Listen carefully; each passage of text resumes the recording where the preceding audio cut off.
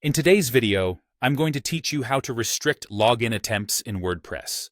We'll go through the process of installing and configuring a plugin designed to help protect your website from unauthorized access and brute force attacks.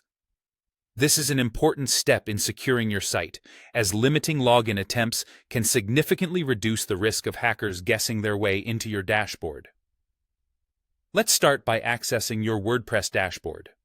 Once you're there, direct your attention to the sidebar where you'll find the Plugins option. Hover over it, and from the drop-down menu that appears, click on Add New.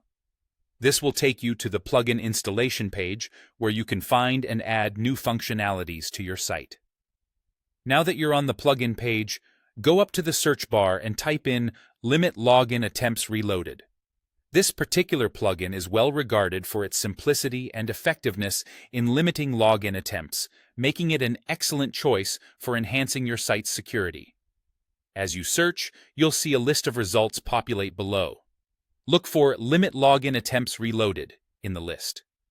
Clicking Install Now will initiate the download and installation process for the plugin. With the plugin installed, the next step is crucial: activating it. Once the installation process is complete, a button labeled Activate will appear. Click on Activate to enable the plugin and integrate it with your WordPress site. Activation is an essential step because, without it, the plugin won't function and your login attempt limits won't be enforced. After successfully activating the plugin, you'll notice a new menu item on your dashboard sidebar named Limit Login Attempts. Click on this to access the plugin's settings page. Here, you can configure how you want the plugin to work for your site specifically. This page is designed to be user-friendly, offering options that are easy to understand, even if you're not particularly tech-savvy. Within the settings, you can determine how many login attempts are allowed before locking a user out, and for how long they will be locked out before they can try again. Balancing these settings is key. You want to limit unauthorized access without causing too much inconvenience for legitimate users who might forget their passwords occasionally.